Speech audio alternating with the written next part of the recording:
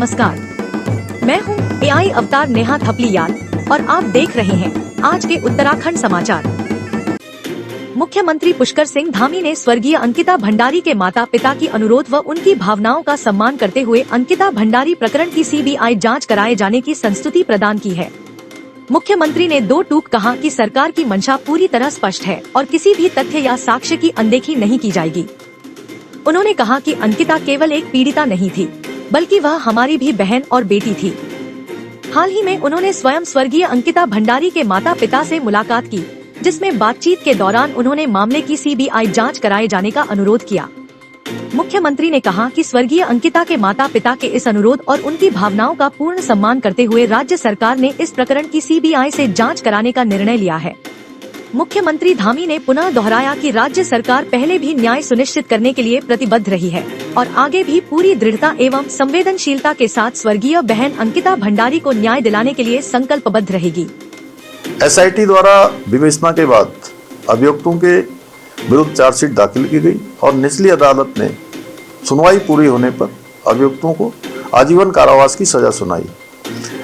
यह इस बात का प्रमाण है कि राज्य सरकार ने शुरू से लेकर अंत तक पारदर्शिता, दृढ़ता के साथ न्याय सुनिश्चित किया है। हाल के दिनों में सोशल मीडिया पर प्रसारित हुई ऑडियो क्लिप्स के संबंध में अलग अलग FIR दर्ज की गई हैं, जिसकी जांच जारी है। कुछ लोगों ने इस दौरान अपने राजनीतिक उद्देश्यों की पूर्ति के लिए भ्रामक स्थितियां पैदा करने का प्रयास किया है, प्रदेश में भ्रम की स्थिति पैदा करने का काम किया है। ऐसे में सरकार का दायित्व है कि देवतुल्य जनता को इस स्थिति से निकाला जाए, उनकी भावनाओं का सम्मान किया जाए। और हमने सोचा कि सबसे ज़्यादा पीड़ित पक्ष उनके माता पिता हैं और उनका पक्ष जरूर जानना चाहिए। मैंने उनके माता पिता से बात की है और उन्हीं के द्वारा बातचीत में कहा गया है कि CBI की जांच होनी चाहिए इस प्रकरण में, जिसका सम्मान करते हुए हम इस मामले की जांच CBI से कराने की संस्तुति कर रहे हैं। हमने पहले भी न्याय सुनिश्चित किया है और आगे भी पूरी प्रतिबद्धता के साथ, दृढ़ता के साथ हम स्वर्गीय बहन अंकिता को न्याय दिलाने के लिए संकल्पबद्ध हैं और बहन बेटियों की सुरक्षा हमारी सर्वोच्च प्राथमिकता है। उनके विरुद्ध किसी प्रकार का अपराध सहन नहीं किया जाएगा और अपराधियों को ऐसी सजा मिलेगी जो समाज के लिए भी एक नजीर बनेगी। हरिद्वार के भगवानपुर कस्बे में दिन दहाड़े हुई फायरिंग की सनसनीखेज वारदात ने पूरे इलाके में दहशत फैला दी है। बेखौफ बदमाशों ने खुले बाजार में एक फाइनेंस कारोबारी को निशाना बनाते हुए गोली चला दी। गनीमत रही कि निशाना चूक गया और कारोबारी की जान बच गई, लेकिन फायरिंग की चपेट में एक राहगीर घायल हो गया। प्रत्यक्षदर्शियों के अनुसार बाइक सवार दो नकाबपोश हमलावर अचानक मौके पर पहुंचे और फाइनेंस कारोबारी आदि राणा पर तमंचा तानकर फायर कर दिया। गोली सीधे लक्ष्य पर न लगते हुए इधर उधर बिखर गई, जिससे पास खड़े एक राहगीर भूरे पर छर्रे लग गए। उसे तत्काल उपचार के लिए अस्पताल ले जाया गया, जहां उसका इलाज जारी है। वारदात के बाद हमलावर हथियार लहराते हुए मौके से फरार हो गए। सूचना मिलते ही भगवानपुर थाना पुलिस मौके पर पहुंची और घटनास्थल का निरीक्षण किया। पुलिस ने बदमाशों को दबोचने के लिए आसपास लगे CCTV कैमरों की फुटेज खंगालनी शुरू कर दी है।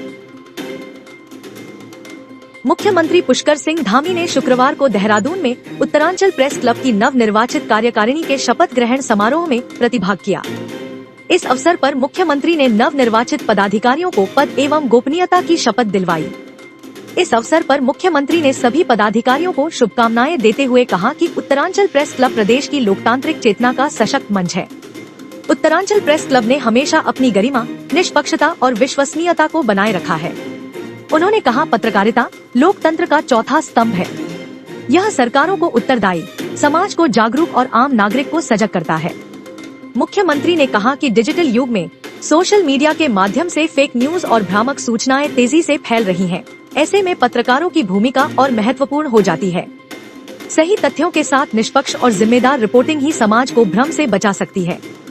समारोह में मुख्यमंत्री ने नवनिर्वाचित अध्यक्ष अजय सिंह राणा, वरिष्ठ उपाध्यक्ष गजेंद्र सिंह नेगी, कनिष्ठ उपाध्यक्ष सोबन सिंह गुसाई, महामंत्री योगेश सेमवाल, संयुक्त मंत्री शिवेश शर्मा, मीना नेगी, कोषाध्यक्ष मनीष डंगवाल, संप्रेक्षक विजय जोशी एवं कार्यकारिणी सदस्य वीरेंद्र डंगवाल, पार्थ, मनमोहन लखेड़ा, रश्मि खत्री, सुलोचना पयाल, मनोज सिंह जयाड़ा, हरीश थपलियाल, मनबर सिंह रावत, ओम प्रकाश जोशी, हिमांशु जोशी को पद एवं गोपनीयता की शपथ दिलवाई। इस अवसर पर मेयर सौरभ थपलियाल, दायित्वधारी डॉक्टर देवेंद्र भसीन, महानिदेशक सूचना बंशीधर तिवारी एवं अन्य लोग मौजूद रहे। आमजन को प्रकृति और पर्यावरण संरक्षण के प्रति जागरूक करने के उद्देश्य से जिलाधिकारी पौड़ी स्वाति एस भदौरिया की पहल पर कोट द्वार के सने क्षेत्र में 31 जनवरी और 1 फरवरी को 2 दिवसीय बर्ड वॉचिंग फेस्टिवल का आयोजन किया जा रहा है। इस आयोजन का उद्देश्य क्षेत्र में पाई जाने वाली विविध पक्षी प्रजातियों की पहचान कराते हुए इस क्षेत्र में कोट द्वार को एक विशेष पहचान दिलाना है। जिला पर्यटन विकास अधिकारी खुशहाल सिंह नेगी ने बताया कि कार्यक्रम के दौरान विभिन्न पक्षी प्रजातियों के व्यवहार, प्राकृतिक आवास एवं संरक्षण से संबंधित महत्वपूर्ण जानकारियां दी जाएंगी। प्रभागीय वनाधिकारी लैंसडॉन जीवन मोहन दगाड़े ने बताया कि सने क्षेत्र जैव विविधता की दृष्टि से अत्यंत महत्वपूर्ण वन क्षेत्र है, जहां स्थानीय एवं प्रवासी पक्षियों की अनेक दुर्लभ प्रजातियां पाई जाती हैं। जिलाधिकारी स्वाति एस भदौरिया ने आम जन से अधिक संख्या में इस आयोजन में सहभागिता कर प्रकृति, पक्षियों और पर्यावरण संरक्षण के प्रति अपनी जिम्मेदारी निभाने की अपील की है। जो हमारा कोटद्वार के पास में सनेह वाला एरिया है और जो कोल्हू नदी है, वहाँ पे काफ़ी संख्या में हमारी माइग्रेटरी बर्ड्स भी आती हैं और लोकल बर्ड्स भी रहती हैं। तो उसी को बढ़ावा देने के उद्देश्य से इस बार यहाँ 31 जनवरी और 1 फरवरी को बर्ड फेस्टिवल ऑर्गेनाइज किया जा रहा है और उसमें बहुत सारे कार्यक्रम रहेंगे, जिसमें हम लोग बर्ड इंटरप्रिटेशन को लेकर काफ़ी सारे सेशंस भी ऑर्गेनाइज किए जाएंगे और साथ में हमारे जो नेचर वॉक्स हैं, जो जंगल मैराथन हैं और साथ में कई सारे जो अपने कल्चर को प्रमोट करने के लिए कुछ कल्चरल इवेंट्स, ये सभी कुछ कराए जाएंगे, जिसमें बाहर से भी हमारे बर्डर्स आएंगे और हमारे लोकल भी जितने बच्चे हैं या जो टूरिज्म इंथुसियास्ट्स हैं या जो लोकल बर्डर्स हैं, सभी को इन्वॉल्व करते हुए ये कार्यक्रम प्लान किया गया है। तो मेरा सभी से निवेदन रहेगा कि इसमें प्रतिभाग करें और जिससे कि हम लोग उस अपने कोटद्वार क्षेत्र को बर्डिंग के लिए एक अच्छा डेस्टिनेशन पूरे भारतवर्ष में उभार कर सामने।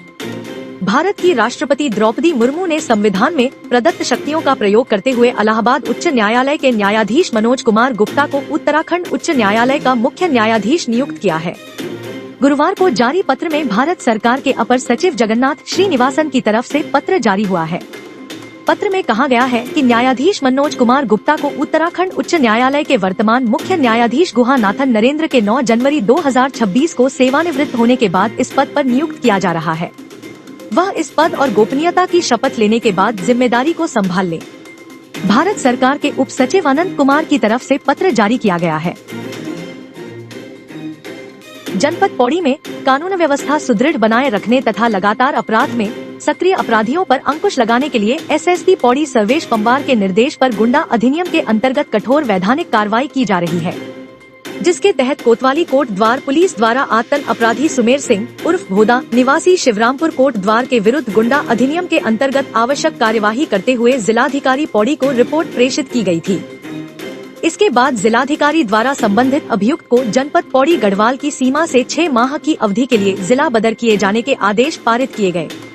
आदेशों के अनुपालन में कोट द्वार पुलिस ने अपराधी सुमेर को जनपद की सीमा से ढोल नगाड़ों के साथ विधिवत मुनादी करते हुए रोडवेज की बस से जिले से बाहर भेजा दिया। कोतवाल कोट द्वार प्रदीप नेगी ने बताया कि यदि निर्धारित अवधि के भीतर उसके द्वारा जनपद की सीमा में पुनः प्रवेश किया गया तो उसके विरुद्ध कठोर वैधानिक कार्यवाही अमल में लाई जाएगी। तो यह थे आज के समाचार। रोजाना सुबह प्रदेश की नवीनतम खबरों के लिए कृपया हमारे चैनल को सब्सक्राइब कीजिए, समाचारों को शेयर और लाइक कीजिएगा। कल फिर एक बार इसी समय नए समाचारों के साथ उपस्थित होऊंगा।